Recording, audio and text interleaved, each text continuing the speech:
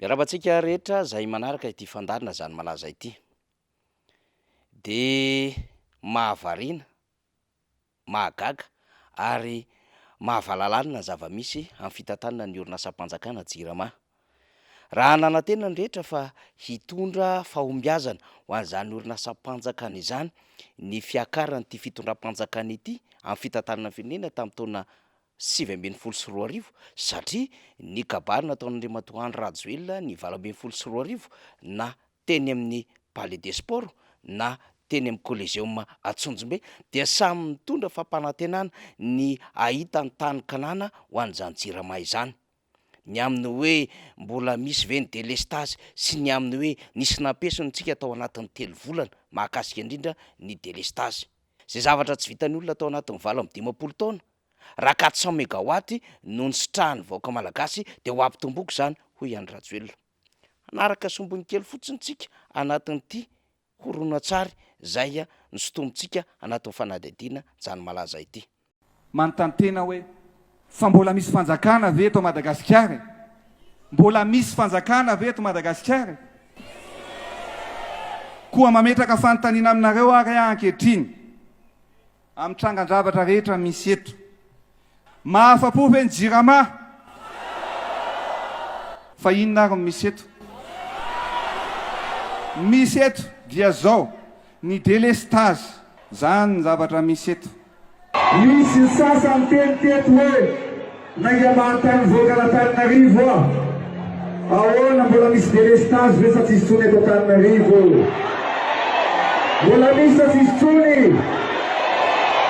Tsika maso misy napiesina milaza hoe afaka 3 volana dia afaka ny délestage. Afaka sa tsy afaka? Afaka sa tsy afaka? Ozy izany ankehitriny hoe ny maizina aleo miala dia reo hiposaka ny masoandro, hiposaka ny hazavana ho an'ny vahoaka Antananarivo, ho an'ny vahoaka malagasy tokolavy. Ekena sa tsy ekena? Mety sa tsy mety? Zay teneniko antsika hoe zao.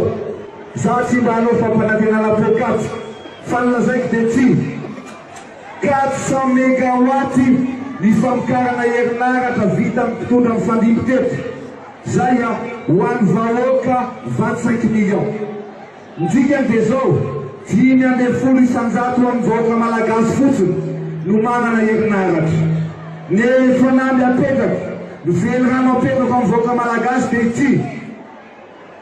Zay asa tsy vita ny filoham-pirenena rehetra mifandimby ho vitaiko ao anatin'ny 5 taona, ka 400 mégawatt vitan'izy rehetrarehetra ho vitaiko ao anatin'ny 5 taona 800 mégawatt farafahakeliny mifampikara herinaratra ataontsika eto Antananarivo sy manerana Madagasikara tokolavy. Ekena sa tsy ekena? Iny no teny nambaran'ny kandidata amin'ny fotoanandro fa efa filohan'ny repoblika nanomboka ny janoary 2024. Dia tafiditra tao anatin'ny velorano faharoa ny filoham-pirenena zay nilazaina fa misy velorano 13 ifamatorana amin'ny vahoaka malagasy ny tontolon'ny angovo sy ny herinaratra eto Madagasikara. Dia samy andro ny rehetra ny amin'ny hoe satria moa zany raha ny nambarany dia tsy marina, tsy lôzika, tsy nahavita mission lay filoha teo aloha zay nilaza fa 3 volana monja dia ho afaka ny délestage. Ka raha tonga ty fitondrany ity dia ho afaka tanteraka, ho foana tanteraka zany satria olona voalaza fa niomana fanjakana ary manana n'ilay paikady lehibe amin'ny alalan'ny initiative émergence Madagasikara hitondrana amin'ny firenena ary nampanantena fa hitondra 400 mégawatt, 800 mégawatt, ho tonga 1200 mégawatt zany ary ametraka parc solaire marobe amina district eto Madagasikara ary hanangana orinasa mpanao solaire. Dia samy mahita ny rehetra 3 taona sy tapany aty aoriana mba tsy ilazana hoe efa hanitsaka ny fahefa-taona ny tondrany i Andry Rajoelina ny amin'ny hoe voavavy ny délestage eto Madagasikara. Tanteraka ve ny fampanantenany nandritry ny fotoana ny fampielezan-kevitra sy ny fomba ny resahany an'ilay UM tamin'ny Frantsa 2024. Amin'izao fotoana izao dia manatanteraka entretien na fifampiresahana an'ireo mpiasa indrindra ireo tompon'andraikitra ambony eo anivon'ny orinasa JIRAMA, ny eo anivon'ny ministera sy ny conseil d'administration na ny filan-kevim-pitantanana.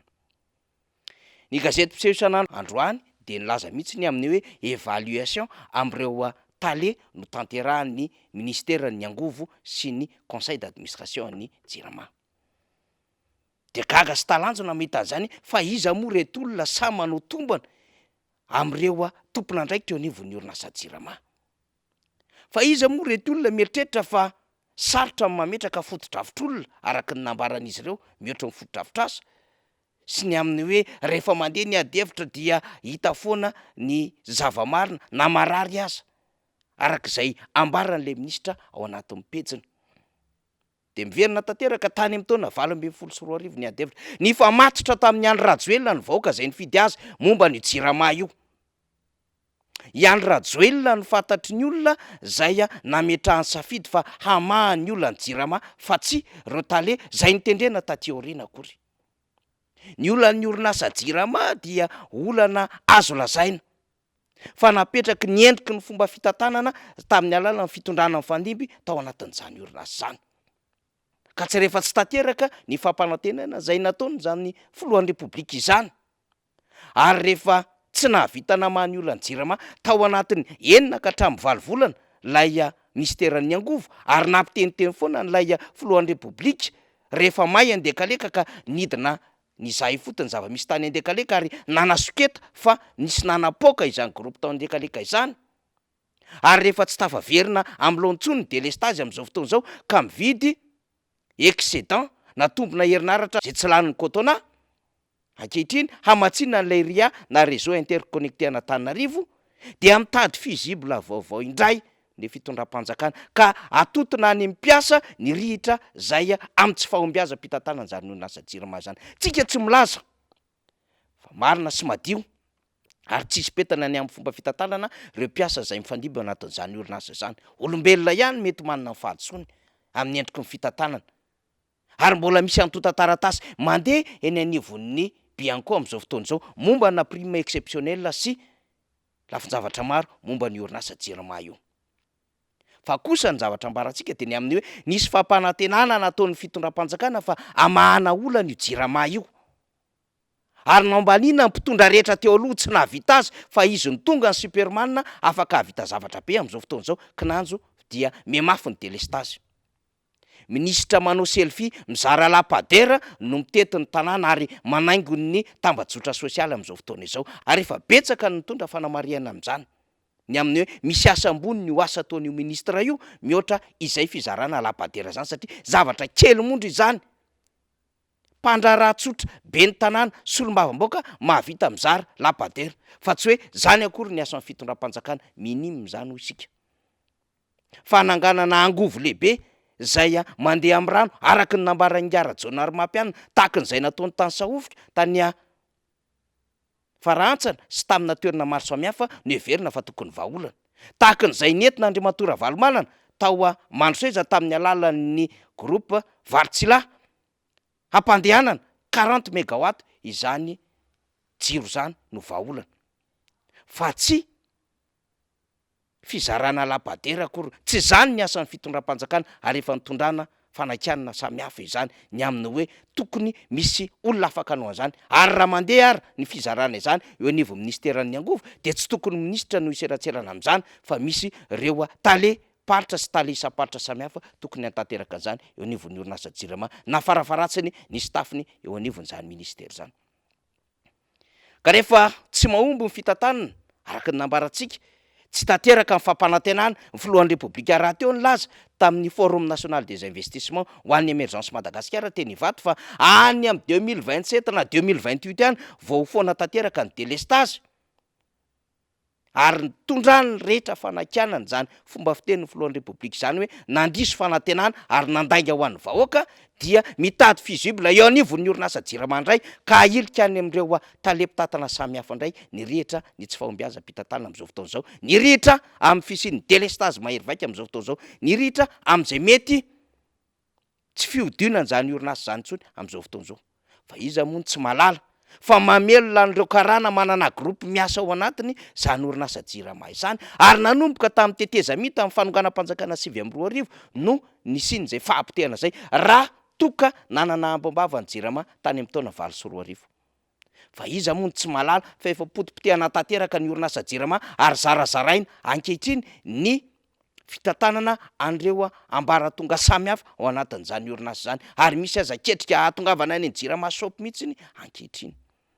Iza moa tsy malala fa ny tetika rehetra zay atao amin'ity resaka fiolona ty na ny resaka gazoaly ity dia anisany mahavoarory tompona andraikitra maro samy hafa izany, ary anisany problema na olana lehibe amin'ny fitondram-panjakana ihany koa izany rehetrarehetra zany, ny amin'ny tsy fananan'izy ireo fahaleovantena afaka hampisitraka ny jirama am'izay tena solika tokony ilaina.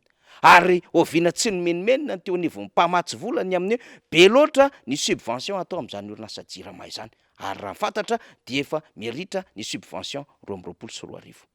Zany ny olana lehibe amin'ny endriko ny fitantanana gouvernance n'izany orinasa jirama zany sy ny resaka promesse présidentielle ary ny resaka émergence mahakasika indrindra ny angovo. Ka rehefa tsy mahomby zany rehetrarehetra zany, rehefa tsy mahita vahaolana le fitondram-panjakana dia manao évaluation aty anivon'ireo talepitantana izany. Hatraizany firaisan-kinina mampiasa ny jirama, hatraizany firaisan-kinina ny syndicat amam-polony eo anatin'izany jirama izany, ka sa andondatabatra ny amin'ny hoe tsy mety tsy rariny zao zavatra mitranga izao. Fa andrasantsika aloha satria sabotsy mifankahita araka ny nambara minisitra tompon'andraikitra de ho hitantsika iza no voatazona amin'ny asany, iza no tsofina, iza no isaoty, iza no isaorana, fomba fiteny avokoa zany rehetra zany amin'ny tontolon'ny asa rehefa tsy maintsy misy mifanindrena.